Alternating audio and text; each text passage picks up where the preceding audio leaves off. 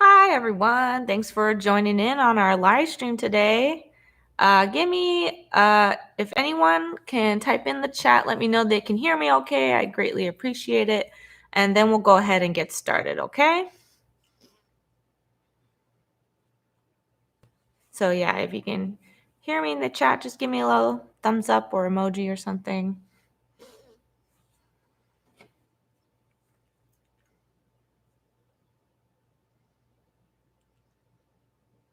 All right, awesome. Thank you so much. Just so you know, you can type in the chat if you have any questions throughout our live stream. There is a little bit of a delay, so I might not see it right away, but I'll do my best to keep an eye on the chat, okay? So I hope everyone has all their stuff ready. We're gonna need, of course, our baking soda. We have a little glitter bomb here. We have some black paint. You're gonna need some gloves just so your hands don't get too messy. I have a little bowl here with a spoon for mixing up our stuff. I have a bottle of water. You don't need this much water, just a small amount will do. So if you just have a little cup of water, that's fine. You're gonna need scissors just for one step in our live stream, and then you're also gonna need some paper towels, okay? So let's see. If we look at our instructions, I think if everyone's ready to go, I'll go ahead and start with our first step, which is we got to mix our dry ingredients, which is the baking soda and the glitter. Okay. So I'm just going to go ahead and move some stuff out of the way. I don't need my gloves just right now, so I'll leave them there. So I have my little bag of baking soda, and it's really important that we use baking soda instead of baking powder because baking soda is basically just one ingredient, which is sodium bicarbonate, and baking powder is actually sodium bicarbonate and another acidic compound, which when you add water creates that fizzy effect. But we don't want the fizzy effect to happen just yet. So what we're going to do is just use the baking soda, not baking powder. Okay. So I have my whole bag of baking soda in my bowl, and I have my glitter bomb. I'm going to go ahead and open that. And I'm going to just sprinkle that inside. We have some silver glitter, some gold glitter, and some black glitter. That should be nice and pretty. And I'm going to use my spoon to kind of mix it all up nice and emulsified, evenly mixed. Try not to spill some out of the bowl. Do your best not to spill it everywhere. But if you make a mess, that's okay. That's why we have the paper towels. That's why we have friends to help us clean up, right? All right. I've got it all mixed up. I love how sparkly it is. Just already I kind of see how sparkly it is. And I already know our little DIY moon rocks are going to be so cool. Okay. So once yours is all mixed up, we can move on to step 2, which is we're going to add our black paint mix. So I put a little bit of black paint in this little bag here. And if you are doing this craft not using the materials we provided, you can use black paint or you can use, black food coloring. So either would work out fine.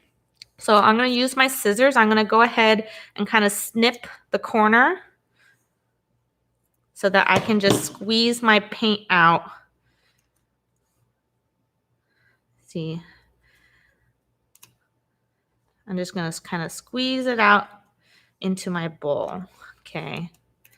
You only need a little bit. There we go. Try my best not to get it all over my hands. I'm going to go ahead and you can go ahead and throw this away after you empty it up. Ooh, there we go. All right, so I have my paint, and here's kind of a fun part where we kind of get to mix the paint with our sodium. And it's going to clump up like that, but do your best to kind of just mix it so that you get a bunch of different clumps. Okay. So you're going to see it's going to clump a little bit more together. Okay.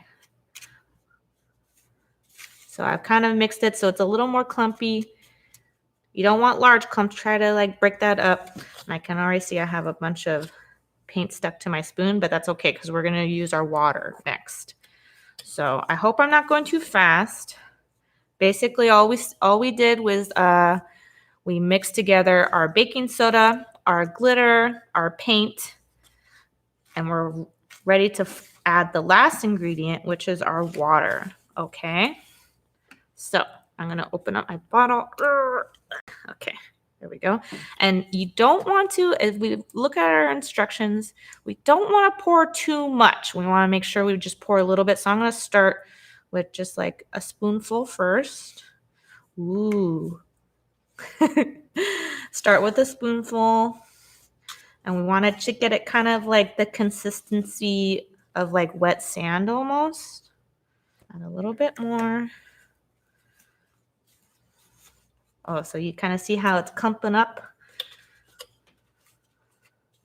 Oops. Let me see if I can get this lump off of here. There we go. Add a little bit more. We're going to be using the spoon until we have to start forming it into our rocks. There we go. And then you kind of use the back of the spoon to kind of, and you can kind of see the texture's already changed. It's nice and clumpy now. I have a little bit of dry spots over here, so I'll make sure I add I'm going to add just a little bit more water. So I'm going to say I added maybe about 2 tablespoons worth, and we had about, I would say, half a cup of baking soda in our little baggies. And you can kind of see it's already changing color. So because we added the black paint, it's kind of turning into this gray color. It's no longer white. It's more of that gray kind of, you know, lunar rock color, right? All right. So I'm going to let you guys catch up to me for a second. And in the meantime, I think it's time for a moon fact. All right. So our first moon fact is there were 6 different Apollo missions that brought lunar rocks back to the Earth. And to study and preserve the rocks, NASA created the Lunar Sample Laboratory Facility at the Johnson Space Center in Houston, Texas. So if you guys ever get a chance to go to Houston, Texas, make sure you guys visit the Johnson Space Center. Also, there are only 8 lunar samples that are available to touch by the general public, and they're all located at the Starship Gallery in the Johnson Space Center. So if you do want to touch a lunar sample, you can do so in Houston, Texas. I really want to try that next time I go to Houston, Texas. I'm definitely going to touch one of these lunar samples. That'd be really cool. All right. So you can kind of see my consistency is sort of that of like wet sand. It's still like kind of powdery, but again, we don't want to add too much water to make it kind of like soupy. So I just kind of like, so it looks like it clumps up well. Okay. So now I'm going to put my cap back on my water bottle because knowing me, I'm going to spill it. So here's where we get nice and dirty, okay? So I'm going to go ahead. I have a pair of gloves here, and I'm going to put my gloves on. If you don't have gloves, it's fine. You can get your hands dirty if you want to. I think we gave some gloves in our craft kits. Everyone should have got some gloves. So if you don't mind getting your hands dirty, feel free to just use your hands. But since I don't really have a sink next to me, I'm going to go ahead and use my gloves so I can just take them off and continue on with the live stream, okay? All right, so I'm going to kind of clean up my spoon here. And now what I want to do is I'm going to lay out one of my paper towels because I'm going to start making my rocks, okay? So I wonder what a lunar rock looks like. I think I have, there we go. Here's some samples. Well, let me put this up in the corner there. So those are a couple of lunar rock samples that the Apollo missions brought back. So you can kind of look at the shape there and try to mimic the shape, or you can make your own shape. I'm basically just going to take like a big spoonful, and I'm going to use both of my palms to kind of squeeze, trying to make that sort of rock shape. And they're going to be really fragile, okay? So for example, I made this rock shape, but if I just press my finger, boop, it crumbles. So when I make my rock shape and you're done with it and you're satisfied with how it looks, maybe I want to add a little bit more, make it a little bit bigger. Then you want to be careful. You want to just set it aside gently onto your paper towel, and then don't touch it, okay? So it's going to take about 24 hours for your rock to completely dry. So after you, that's why I'm saying stick it on a paper towel. And if you're at home and you have like a paper plate, that might be better because then you can move it out of the way of wherever you're working. I have a little paper towel. I'm just going to stick it here, and I'm going to work on making a couple more of my moon rocks, okay? So again, you kind of want to get a spoonful, and you're going to kind of squeeze. You want to like squeeze it so that it gets nice and compact. And if you guys have any molds at home, maybe you can push it into a mold. That'd be kind of interesting to see what kind of molds you guys have. So just kind of, there's another one. You can already see the glitter kind of sticking out. Okay. I'm going to set that carefully. So I have two small ones there. Let's try to make a larger one. All right. Okay. How big of a moon rock can I make? Let's see.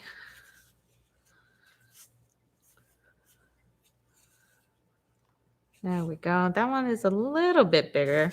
Let me keep adding. Again, the more you squeeze it, the more you compact it, the more it's going to stay. If you don't have it compact, it's going to crumble too early. So let's make sure we squeeze it nice and hard, and then I'm going to gently set it down. Okay, let me see if I can turn off the samples. There we go, so you can see. And then everyone should have about enough to make about 4 rocks. I think I have just enough to make one more rock, so I'm going to try to scoop that up into my palm. And maybe you guys should have a bunch of teeny tiny rocks like this. Or we can call it like some moon soil, right? Some lunar soil. Because it wasn't just rocks that they took back from the moon. They also took back soil samples to kind of so that they can analyze it and see what it's made of. So let's see. I could probably just make one more. Or maybe if you guys want to make a bunch of tinier ones, you might be able to make 6 small ones from what we've given you. All right. So I'm going to give this a couple more good squeezes. And there we go. There's my last moon rock. So again, you might have a couple of little crumbly bits. And you can try to form those into a smaller rock. Maybe what I can do is I could press it into the spoon. And we can have a skinny rock.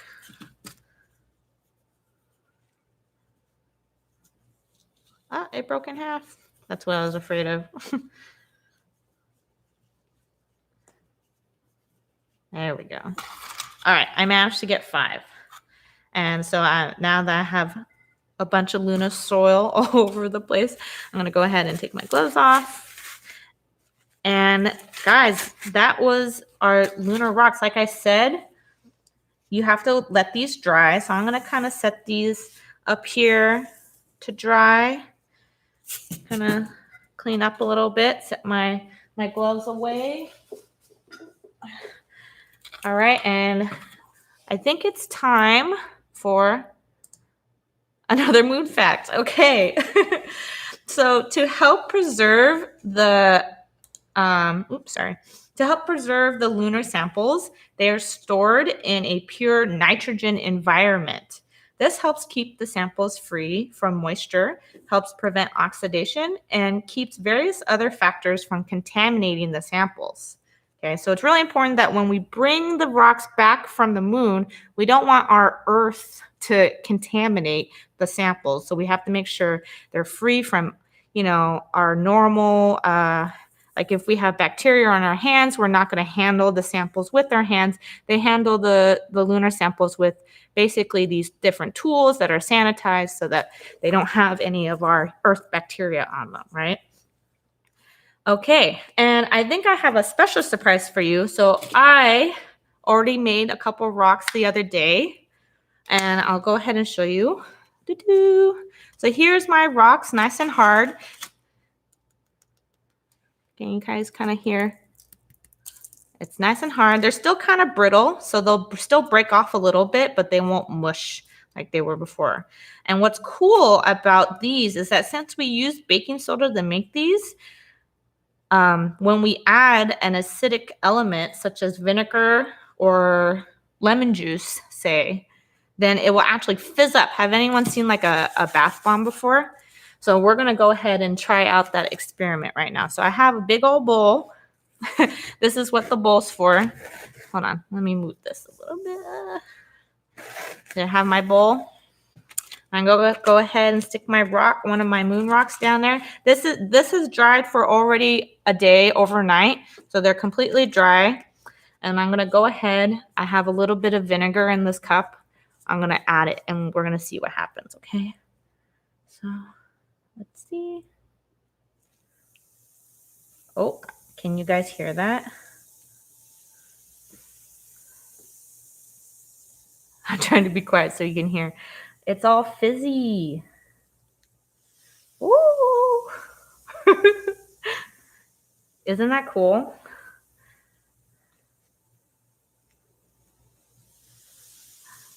It's exploding. So yeah, once you add vinegar to your rock, it's going to fizz up like that. And that's from the sodium bicarbonate that I was talking about earlier.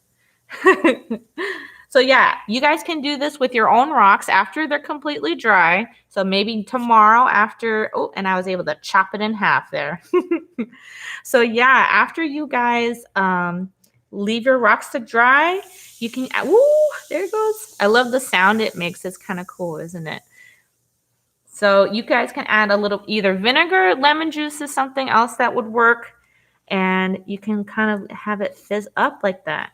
And it kind of turns all like gray and messy. So make sure that you guys do it in like a plastic bowl, or if you have like a baking dish. Can we add water? So water won't work. That's actually a good question.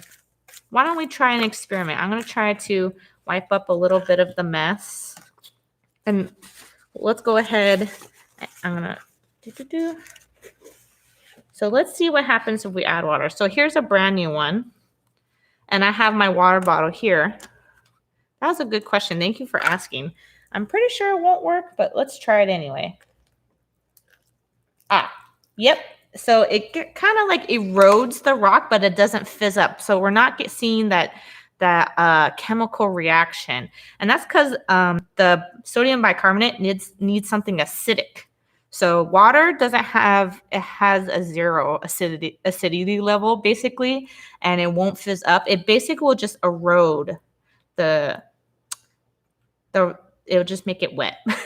And it will kind of like if you think about the beach, all the sand that's on the beach used to be rock. It used to be solid, but the water from the ocean was pounding and pounding on it and slowly eroded it into sand. So that's basically what happens when you add water, is that it just kind of gets all mushy. Okay, but let's do it one more time. I have a fresh rock. I'll go ahead and remove this. Again, make sure you guys do this in either a baking dish or some other large bowl so that you don't make such a mess all over your table. And let's go ahead and try that one more time. We'll add I have a little bit of vinegar left. Woo, and there's that kind of fizzy experiment that happens, right? That chemical reaction. So that is because we're using vinegar. All right. I think I have one more. I'm just going to go ham right now. We're going to add the rest of our vinegar. Oh my goodness. Look at that. So pretty, huh? All right. Ooh.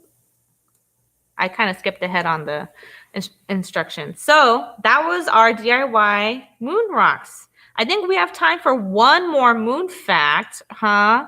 Okay, let me go ahead and read that next one off. So basically, the study of the rock and soil samples from the moon continues to tell us more information about our moon, our Earth, and our inner solar system. And the most striking analytical finding that that we found out from the lunar samples was that they're very similar to Earth samples. So lunar rocks from the moon are very similar to rocks from Earth, which is interesting, isn't it? And the signature detail was that the oxygen isotopes, which is a component of the rock, was sealed in the rock, and it matches those of oxygen isotopes on Earth rocks. And this and other factors led scientists in the 1970s to propose that what is now called the Great Impact Hypothesis. That's a lot of words. But basically, planetary scientists believe the moon likely formed when a large planetary body, I think they think it's the same size as Mars, struck the Earth long time, billions of years ago. I think specifically 4.5 billion years ago. And the debris and kind of impact of that created the moon. Isn't that amazing? I would definitely want to learn more about it. And we're still learning more from those samples that they collected back in the day. All right. Okay, I hope you guys enjoyed our live stream. And if you guys do have any questions, let me see. Oh, there is one thing I did want to mention before I end the stream. So next week, we have our rainbow paper spinner DIY Zoom craft, and this is going to be our last summer reading program craft of the summer. Regina Rosso asked, what other liquids can you use to make the rock foam? So lemon juice, would work. I think apple cider vinegar would also work. Anything that has sort of an acidic, sour taste to it. So you can try different things. That would be a good experiment, wouldn't it? You can maybe try lemonade or different types of soda, and you can kind of see if it has that effect as well. So that's an excellent question, and I'd be interested to see what you guys find out from your own experiments. Okay, so but I know for sure vinegar, and I know for sure lemon juice because I've done it with lemon juice before. So if you guys figure out another type of liquid that would make it foam like that, please share it with us. You can. I'll go ahead and put our email in the chat. Oops.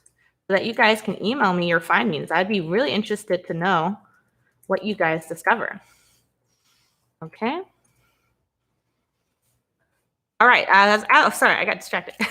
So yeah, as I was just saying, this last craft, our rainbow spinner, it was so fun to make, and I was just playing with it. Basically, you spin it between your hands like this, and it's so mesmerizing. I'm really excited to craft that one with you guys next week. So make sure you guys register before we're out. I think we have maybe 10 spots left. So if you guys haven't registered, make sure you guys do that.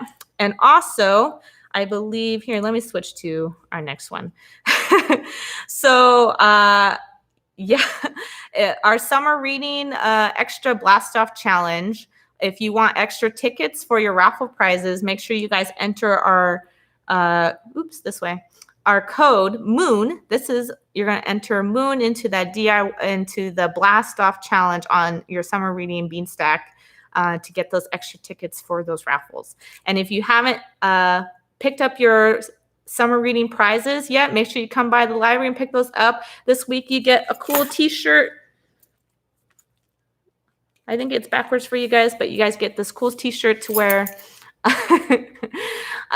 So make sure you guys come by, pick up those prizes, and enter your raffle tickets into the Beanstack raffles so you can earn extra prizes, okay? All right, I think that's it for us today. Thanks for joining me so much. I had so much fun, and I hope you guys had some fun and learned something as well. And I'll see you guys next time, okay? I'm going to go ahead and end the stream now. All right, bye.